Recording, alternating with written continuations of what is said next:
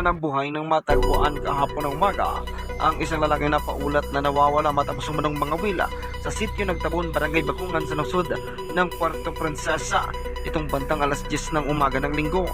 Ayon sa isa sa mga kasama ng biktima, 3 umano silang nangangawil sa lugar, ngunit magkakaiba umano ang kanilang pwesto. Nang hanapin nila ang biktima, wala na ito sa lugar sa kanyang pinagpwestuhan na nasa gilid lamang din ng pangpang at hindi nila alam kung saan ito napunta. Agad umano nila itong hinanap, baka lumipat lamang ito ng pwesto, ngunit hindi nila ito natagpuan kaya tumingin sila ng tulong sa mga otoridad.